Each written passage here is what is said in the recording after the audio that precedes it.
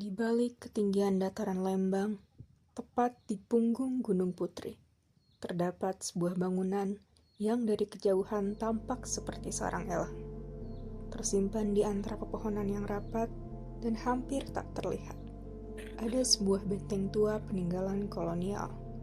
Tempat ini pernah menjadi kawasan terlarang, dijaga patroli militer dan hanya bisa dilintasi melalui jalan pertahanan Belanda di masa kolonial. Gunung Putri bukan sekadar lokasi strategis. Dalam tradisi Sunda, wilayah ini dikaitkan dengan kisah pelarian Dayang Sumbi saat dikejar Sang Kuryang. Namun, pada awal abad ke-20, fungsi kawasan ini berubah. Belanda mulai membangun instalasi militer untuk menghadapi ancaman perang global. Beberapa catatan menyebut benteng mulai dibangun sekitar tahun 1902 dan selesai di tahun 1912 di bawah mandat John Henry van Blomenstein. Sumber lain menyebut pembangunan dirintis tahun 1906, bertepatan dengan erupsi Gunung Tangkuban Perahu, lalu diperkuat kembali pada 1913 hingga 1914 menjelang Perang Dunia I.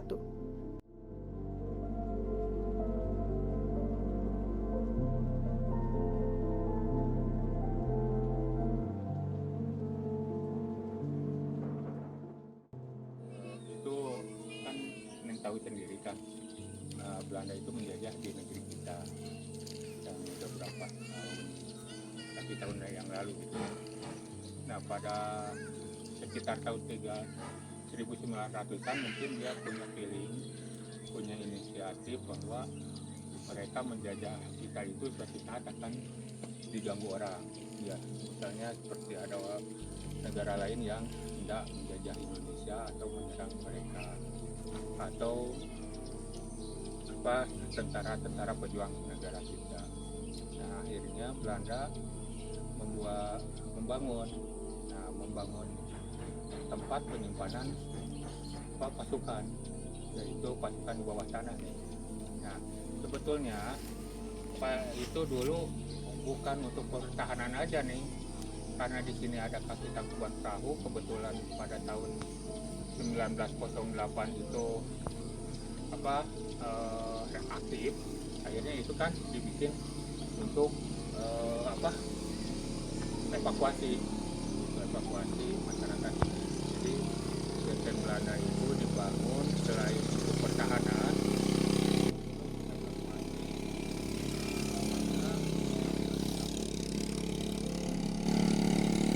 hanya benteng di Lembang itu ada 3 nih. Satu yang ada di Putri, 2 ada di Cikidang arah ke Maribaya, dan 1 lagi di Bukit Tinggi. Nah kebetulan itu arah Maribaya itu pertahanan musuh apabila diserang dari timur dan selatan.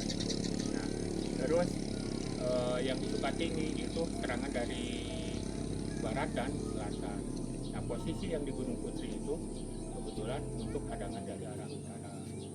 Nah ini nyata betul nih, pada tahun 1942 itu Belanda diserang oleh Jepang. Nah Jepang masuk ke Bandung itu melalui arah utara, karena yang digempur duluan kan Kalijati. Nah itu akhirnya bisa masuk Kalijati, Subang, masuk ke Lembang. Nah akhirnya ya seperti itu, makanya bekas-bekas bomnya itu masih ada. Jadi betul-betul Belanda udah punya ide, udah punya gambaran bahwa suatu saat dia akan diserang. Jadi terus jalan-jalan yang ada di sekitar benteng ini udah dibikin rapi strukturnya. Jadi kalau misal bisa di sini kan bisa keluar Cikole, bisa keluar Jayagiri, bisa keluar Parongpong, nah bisa langsung lewat Gunung Putri ke Lembang gitu. Jadi udah betul, misal kalau kepepet dari utara kemana larinya, kalau kepepet dari selatan kemana lagi. Jadi benteng Belanda itu adalah untuk penyimpanan pasukan dan untuk pemantauan jalur penyerangan apabila terjadi diserang. Nah itu kenyataannya seperti itu. warga sekitar menyimpan banyak cerita tentang aktivitas di sekitar benteng. Beberapa mengaku pernah melihat bayangan sosok noni Belanda melintas cepat dari arah bangunan utama. Di hari tertentu, suara ringkikan kuda dengan lonceng delman konon masih terdengar jejak kehidupan kolonial yang dulu ramai di jalur militer ini.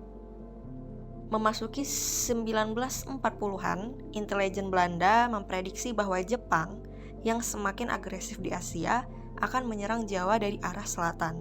Karena itu, pertahanan di Gunung Putri diarahkan ke selatan sebagai bagian dari jaringan benteng yang terhubung dengan benteng Cikahuripan, benteng-benteng di Cikalongwetan, dan garis perlawanan penting yang dikenal sebagai Theaterstelling. Namun, prediksi Belanda meleset. Pada awal Maret 1942, pasukan Jepang justru datang dari arah utara, dipimpin Kolonel Shoji dari Jepang, merangsek cepat ke Subang dan menekan garis pertahanan Ciater. Kalau yang cerita itu emang karena di sini kebanyakan kan banyak peternakan terus perkebunan yang dipegang oleh Belanda, ya pasti kemungkinan seperti itu. Cuma yang jelas mah itu dulu zaman gerombolan masuk ke sana, jadi penghapusan gerombolan ini kan itu dulu pemukimannya di sini aja, jadi tidak cuma di Lembang atau di Gunung Putri tapi di seluruh Indonesia. Kalau markas TNI ya di Lembang itu semua kebanyakan di Lembang. Di Lembang itu ada bela negara kan, terus ada Pustikade, Kajen, ada Sesko Awunya, ada Kowatnya, ada kavalerinya. Makanya kalau misalnya terjadi peperangan itu Lembang yang paling pertama. Gitu, karena untuk pengamanan pertahanan dari arah utara. Pasukan KNIL yang tersisa mundur menuju markas mereka di Cimahi. Mereka menempuh jalur hutan yang berat, yaitu melalui benteng Gunung Putri, Pasir Ipis, perkebunan teh Sukawana, hingga Parongpong dan Cisarua. Sebagian berhasil lolos, namun banyak pula yang tertangkap dalam perjalanan. Sebanyak 72 tentara KNIL disergap Jepang dan dibawa ke sebuah puncak bukit yang kini menjadi Tugu Bela Negara. Di sana mereka dieksekusi dengan senapan mesin atau bayonet. Catatan Belanda menyebut bahwa terdapat mayat-mayat yang ditemukan di kawasan Gunung Putri bertumpuk mengenaskan. Setelah itu, mayat-mayat tersebut dimakamkan secara layak di Ervel Pandu yang tepatnya berada di Bandung.